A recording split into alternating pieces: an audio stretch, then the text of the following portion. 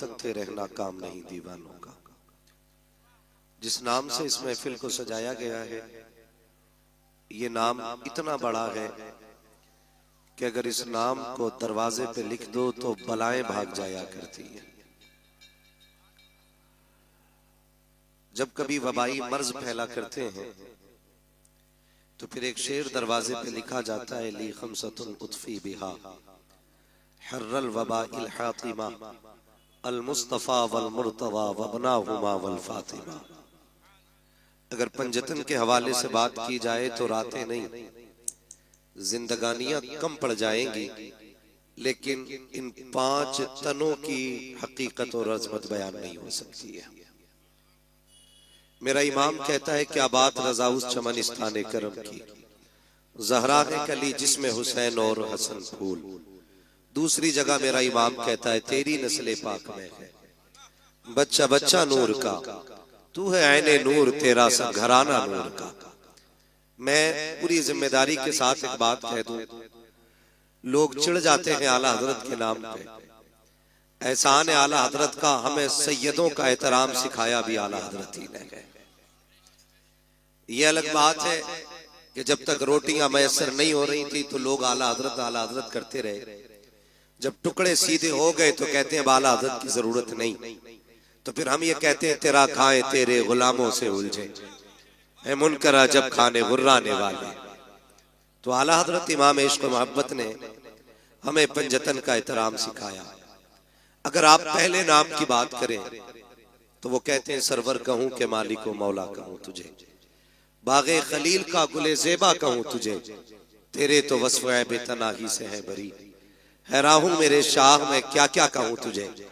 और जब उन्हीं की अजमत अल्लामा हसन रजा बयान करते हैं तो बड़ी बात कह जाते हैं, कहते हैं फकत इतना सबब है इन्हें कादे बज़्म महशर का कि उनकी शान महबूबी दिखाई जाने वाली है।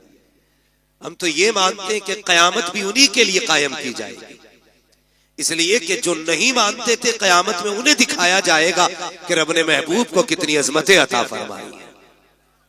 इसलिए कयामत सजाई जाएगी ताकि जो मुनकिर है उन्हें आज एहसास हो जाए मुस्तफा की शान क्या है, मानेंगे वहां। फिर मेरा इमाम कहता, आज ले उनकी पना, आज ले उनकी पना, आज मदद मांग उनसे, कल न मानेंगे कयामत में अगर मान गया। मैं समझता हूं यहां पे सारे हुजूर के गुलाम बैठे, बुरा ना मानिए, मैं थोड़ा कड़वा हूं मिजाज का, मुझे हजम कर लिया, बर्दाश्त कर लिया। आजाद भाई और इनके कमेटी के लोगों ने, हर किसी को हजम भी नहीं होता, क्योंकि बात जो कड़वी लगती है मैं मुंह पे कह ही देता हूं। यहां एक बंदा बता दो जो हुजूर का गुलाम ना हो। सारे हुजूर के गुलाम है ना, बोले हैं, अगर बोल सकते तो बोले, ऐसा नहीं कलकत्ता में तो आपको बोलना बिल्कुल नाजायज है। सारे हुजूर के गुलाम है ना, सारे गुलाम है ना, बूढ़े जवान बच्चे सारे गुलाम है ना।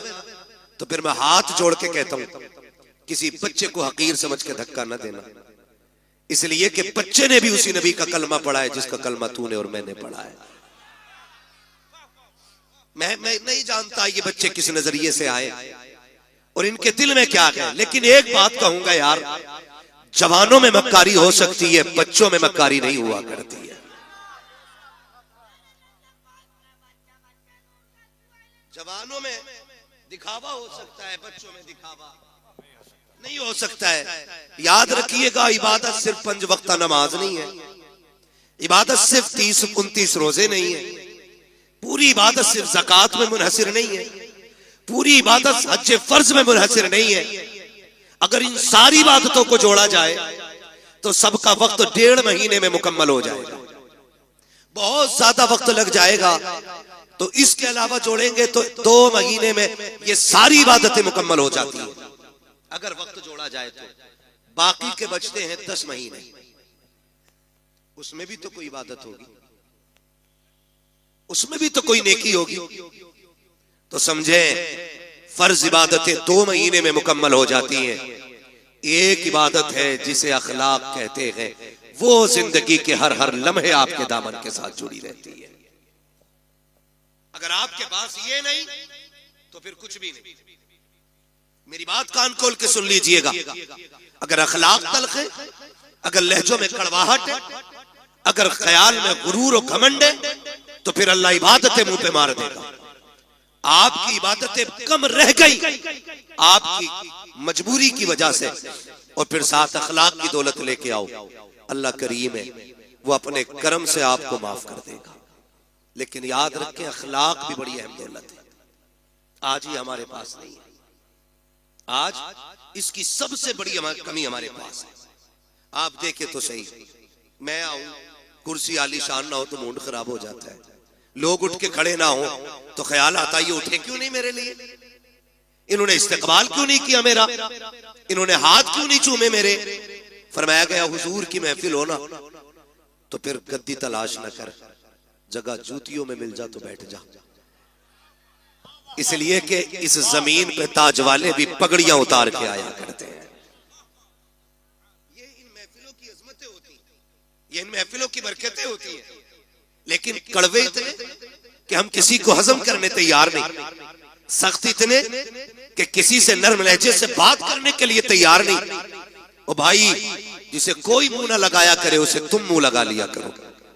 इसलिए फरमाया गया, जो किसी का टूटा दिल जोड़ देगा अल्लाह उसे बेहिसाब जन्नत अता फरमा देगा। यार अच्छों से तो सब बात करते हैं ना, जिनके लहजे खूबसूरत होते हैं उन्हें तो सब सुनना चाहते हैं, जिनकी बातों में मिठास होती है उन्हें तो हर तरह बर्दाश्त किया जाता है।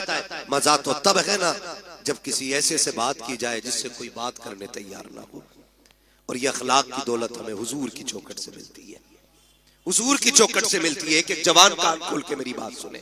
शायद मैं फ्री में जन्नत ना बांट सकूं, इसलिए कि मुझे पता है जन्नत इतनी सस्ती भी नहीं जितनी समझ रखी है।